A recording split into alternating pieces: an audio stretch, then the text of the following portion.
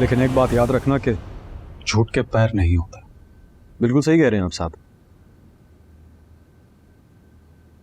झूठ के पैर नहीं होते और वो चल भी नहीं सकता। लेकिन मैं तो भाग रहा हूं, इसका मतलब है कि मैं सच्चा हूं। खैर, मैं उन लोगों में से नहीं हूं साहब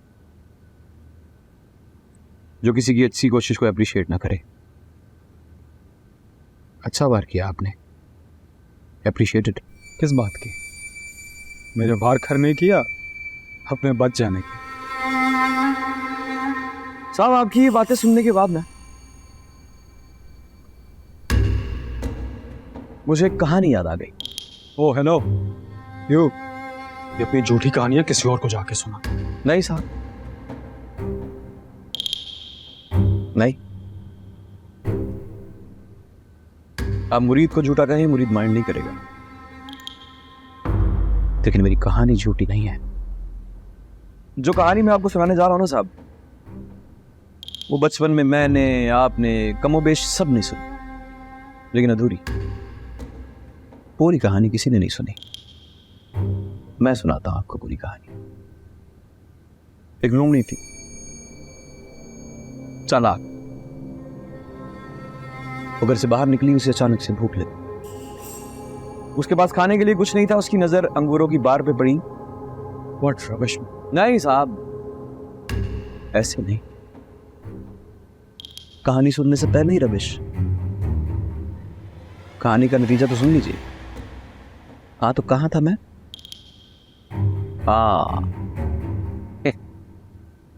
भूख।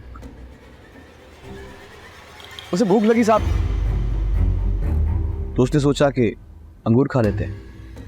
उसने जंप किया, फिर जंप किया, फिर जंप किया, फिर जंप किया, जंप जंप जंप जंप, लेकिन अंगूरों का एक दाना भी उसके हाथ नहीं रहा। थक गई बेचारी, लेकिन उसकी अना नहीं थकी। अब दुनिया को भी जवाब देना है,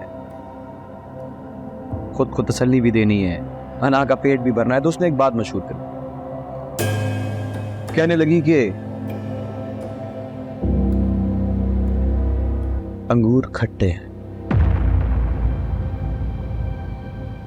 वो वहां से वापस आ गई, पर अना सुकून से कहां बैठने देती है। उसने मेहनत की, एक्सरसाइज की, खुद को तैयार किया। कुछ दिनों बाद दोबारा उस बाड़ के पास गई, अंगूरों को देखा। सब पहले चढ़ते ही उसने अंगूरों को दबोच दिया। मेहनत की थी ना। अब जब उसने अंगूर अपने मुंह में रखा, तो जानते हैं,